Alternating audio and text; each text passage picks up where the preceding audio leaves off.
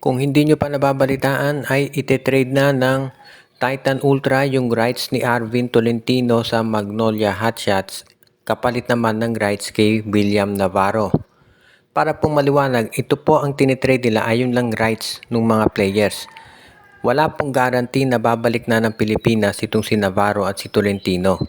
Pero in case po na bumalik itong si Tolentino at si Navarro dito sa Pilipinas at sa PBA, yung rights nila ay malilipat. So si Arvin Tolentino huling naglaro yan sa Northport Patang Pier bago nagpunta sa South Korea. Ngayon, pagbalik ni Arvin Tolentino sa PBA, yung playing rights niya ay mapupunta na sa Magnolia. Si William Navarro naman huling naglaro dito sa Magnolia bago nag-abroad. So in case bumalik itong si Navarro, yung rights naman niya mapupunta sa Titan Ultra. Ang magiging problema lang kasi dito, yung 3-year ban na inimpose ng PBA, nag-a-apply yan kay William Navarro. Hindi yan nag-a-apply kay Arvin Tolentino dahil yung rule na yan inilagay ng PBA, nakaalis na si Arvin. So hindi naman ito retroactive. So ang magiging question dito, paano kaya magiging implementation?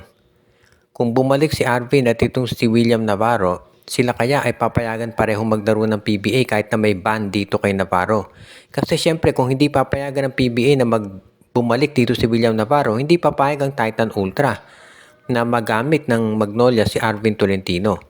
In any case, sa tingin ko malabo pong bumalik itong si Arvin Tolentino dito sa PBA dahil ang ganda ng performance niya doon sa South Korea. Double digits ang average nito sa kanyang ball club. So malabong pakawalan to ng kanyang team. Si Navarro sa tingin ko hindi rin yan kaagad-agad babalik dito sa PBA. Kaya yan muna ang malaking balita na nangyari dito sa liga. Pagkatapos nitong makuha ng Magnolia yung rights kay Arvin Tolentino, posible naman kaya na itong San Miguel Beer ang susunod na gagawa ng transaksyon. May mga balita kasi na ang San Miguel daw ay interesado naman na makuha yung rights ni Jamie Malonzo mula dito sa Barangay Ginebra. Hindi pa natin alam kung anong magiging agreement dito, pero in case gustong makuha ng San Miguel yung rights kay Malonzo, kinakailangan na magkaroon ng tinatawag na 3-team trade dahil hindi naman pwedeng mag-trade itong San Miguel at ang Barangay Ginebra. So, in case na gustong kunin ng San Miguel yung rights kay Jamie Malonzo, kinakailangan na pumasok yung ibang team sa trade. For example, baka itong Titan Ultra, baka ibigay si Joshua Monson dito sa Barangay Ginebra at ang San Miguel naman makukuha yung rights kay Jamie Malonzo. At itong Titan Ultra naman may makukuhang player mula sa San Miguel Beermen. Baka isa yan doon sa mga sitwasyon na nakikita natin na po pwedeng mangyari. Lalo na at seryoso daw itong San Miguel dito sa kagustuhan nila na kumuha ng isang dekalibre player katulad ni Malonzo. If ever ito yung mangyari, magiging maganda sa San Miguel yan dahil marami nagsasabi yung laro ni Malonzo bagay dito sa San Miguel dahil sabi nga nila ito dapat ang pumalit sa pwesto ni Arwin Santos.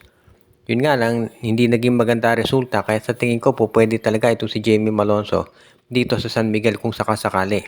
If ever nga ganyan ang maging sitwasyon na maganda to para dito sa Beermen, lalo na at alam naman natin na kahit na medyo naging inconsistent si Malonzo doon sa role niya sa Barangay Ginebra, magiging maganda to sa San Miguel dahil syempre nandiyan si Junmar Fajardo. Mas dadali buhay ni Malonzo pagdating sa scoring dahil syempre pwede siyang power forward at si Junmar nandun sa poste. Iintay na lang niya yung kick out na para doon sa mga 3-point shot kaya bagay si Malonzo dito sa San Miguel Beer. Sinabi naman ni Coach Timko sa isang panayam na napipikon na siya o hindi na niya nagugustuhan yung palaging sinasabi ng mga fans na kapag nananalo Ginebra ay dahil sa mga referee at kapag TNT ang nananalo ay dahil magaling ang coaching nito. Sinabi ni Coach Timko na ang tagal na niyang nagko-coach sa PBA at ngayon lang siya nakarinig na palaging ganun ang sinasabi pagdating sa Ginebra. Sa tingin niya, hindi raw binibigyan ng credit ng mga fans. At pati na ng mga kritiko itong Barangay Ginebra kapag maganda ang nilalaro nila. Sinabi ni Coach Timko na ang tagal na raw niya itong naririnig at ngayon daw at parang naiirita na siya talaga. Dahil syempre nalulungkot siya para doon sa mga players niya. Kaya sa tingin niya, mukhang hindi na raw ito maganda para sa kanila.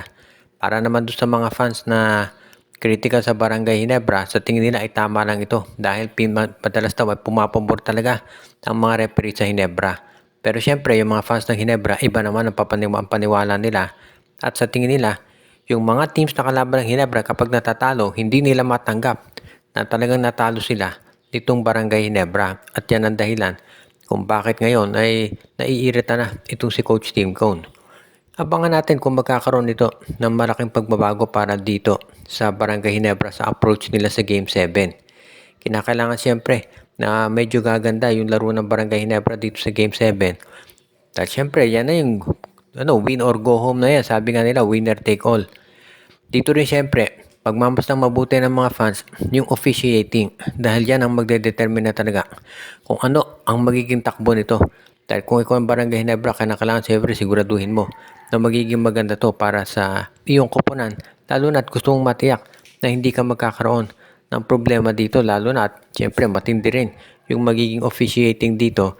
Dahil yan ang magdedetermine kung sino ang magcha-champion dito sa PBA. Ayon dito sa lumabas na balita naman, mukhang ito raw mga sister team sa PBA ay wala daw bigayan. Kung pagbabasehan natin yung report sa Spin PH, hindi raw ito totoo dahil kapag sister teams daw naglalaban, particular na dito sa MVP group, doble daw yung bonus na binibigay doon sa mga players kapag natatalo nila yung sister team nila. Kumalat kasing balita na ito raw NLEX at ito raw TNT. Tandaan ninyo, number 8 seed itong TNT, number 1 seed yung NLEX. Tapos nanalo itong TNT.